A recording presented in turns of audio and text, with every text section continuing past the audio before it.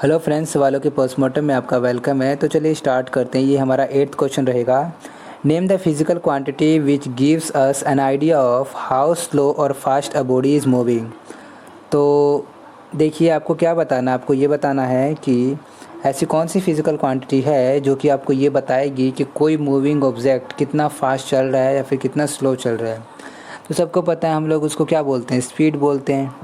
ठीक है, अगर एक ही डायरेक्शन में चल रहा है तो उसे हम क्या बोलते हैं, वेलोसिटी बोलते हैं। बात आ रही समझ में? तो हम उससे क्या बोलेंगे, स्पीड बोलेंगे। स्पीड किसी की ज़्यादा होगी तो वो ज़्यादा तेज़ चलेगा। ठीक है, हम क्या बोल देंगे, वो फास्ट चल रहा है। अगर स्लो चल रहा है तो स्पीड आपकी कम हो जाएगी। बात आ रही समझ में? तो इसका आंसर क्या हो जाएगा, स्पीड है वो फिज़िकल क्वांटिटी जो कि आपको बताएगा कोई भी चीज़ स्लो चल रही है या फिर फास्ट चल रही है। ओके, चलिए नेक्स्ट क्वेश्चन चलते हैं। So the next question is 9th question. Under what conditions can a body travel a certain distance and yet its resultant displacement be zero।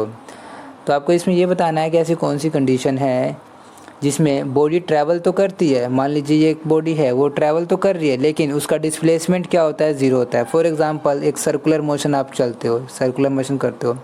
मान लीजिए इस पॉइंट पे आप चलते गए और वापस इसी पॉइंट पर आ गए। तो आपने कुछ ट्रैवल तो किया है, ठीक है, आपने कुछ डिस्टेंस तो ट्रैवल किया है। आपको मान लीजिए इस सर्कल का रेडियस r है, ठीक है। तो आपने कितना ट्रैवल किया, जो इसका सरकमफ्रेंस होगा, सरकमफ्रेंस क्या है, 2πr। तो आपने इतना ट्रैवल तो किया लेकिन आपका डिस्प्लेसमेंट क्या होगा, डिस्प्लेसमेंट आपका ज़ीरो होगा क्योंकि आप दोबारा से उसी इनिशियल पॉइंट पे वापस आ चुके हो। ठीक है, तो अच्छा, कोई अगर पूछे कि डिस्टेंस कितना कवर किया तो डिस्टेंस तो आपका यही होगा, 2πr। आपने 2πr कवर किया। ठीक है, तो ये हम एक कंडीशन इसको दे सकते हैं जिस कंडीशन पे आपका डिस्प्लेसमेंट क्या हो जाए, ज़ीरो हो जाए। या फिर एक और कंडीशन ऐसे भी ले सकते हैं कि मान लीजिए आपने एक बॉल को ऊपर फेंक दिया। फॉर एग्ज़ाम्पल, आपने एक बॉल लिया और इसको ऊपर फेंक दिया और वापस से वो आपके हाथ में वापस आ गई बॉल। तो इस बॉल ने इतना ऊपर गया और फिर इतना नीचे आया। फॉर एग्ज़ाम्पल, ये h है और ये भी h होगा। ठीक है, टोटल डिस्टेंस तो कितना कवर किया इसने, ऊपर गया h, नीचे आया h, टोटल कितना हो गया, 2h। डिस्टेंस तो आपको कितना हो गया, 2h हो गया।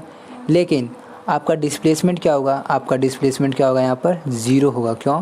क्योंकि वापस से वो अपने इनिशियल पोजीशन पे आ चुकी है। कौन? वो जो बॉल है वो आपके हाथों में वापस आ गई उसी पोजीशन पे। तो ठीक है, तो इस तरीके से हम लोग ये कंडीशन बता सकते हैं, ऐसी कंडीशन जिसमें क्या होगा, डिस्प्लेसमेंट आपका क्या होगा, ज़ीरो होगा।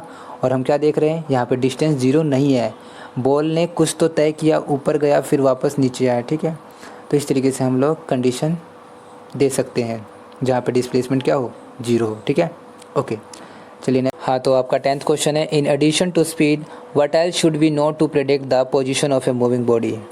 तो देखिए, अगर किसी बॉडी की पोजीशन को फाइंड आउट करना है और वो मूव कर रही है तो हमें क्या पता होना चाहिए, हमें पता होनी चाहिए डायरेक्शन। मान लीजिए कि ये बंदा 2 किलोमीटर चल रहा है, 2 किलोमीटर बाद इसकी पोजीशन क्या होगी। तो अब इस 2 किलोमीटर बाद इसकी पोजीशन फाइंड आउट करने के लिए हमें क्या पता होना चाहिए, हमें पता होना चाहिए डायरेक्शन, कि भैया वो किस डायरेक्शन में मूव किया है 2 किलोमीटर। फॉर एग्जाम्पल, 2 किलोमीटर इधर मूव किया है तो 2 किलोमीटर बाद इसकी पोजीशन यहाँ होगी। ठीक है, तो हमें ये वाली डायरेक्शन का तो पता होना चाहिए, तब जाके हम बता पाएंगे ना कि उसकी पोजीशन यहाँ होगी आफ्टर 2 किलोमीटर। ठीक है, तो एक और चीज़ की आवश्यकता है जिसका नाम क्या है, डायरेक्शन। तो इसका आंसर क्या हो जाएगा, डायरेक्शन। तो दोबारा से एक बार क्वेश्चन पढ़ देता हूँ मैं, क्या, in addition to speed what else should we know to predict the position of a moving body. तो हमें क्या पता होना चाहिए, डायरेक्शन। ओके, चलिए।